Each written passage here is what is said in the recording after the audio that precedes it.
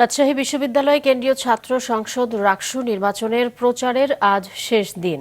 ভোটারদের কাছে ছুটছেন প্রার্থীরা। লিফলেট, গান সহ বিভিন্নভাবে প্রার্থীর পক্ষে ভোট চাইছেন তার সমর্থকেরা।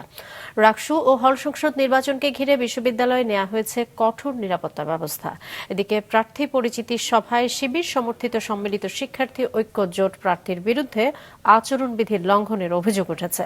গতরাতে বেগম খালেদা জিয়া ও মন্নুজান হলে ৮০০ প্যাকেট খাবার নেয়ার সময় তা জব্দ করে নির্বাচন কমিশন ও হল প্রশাসন।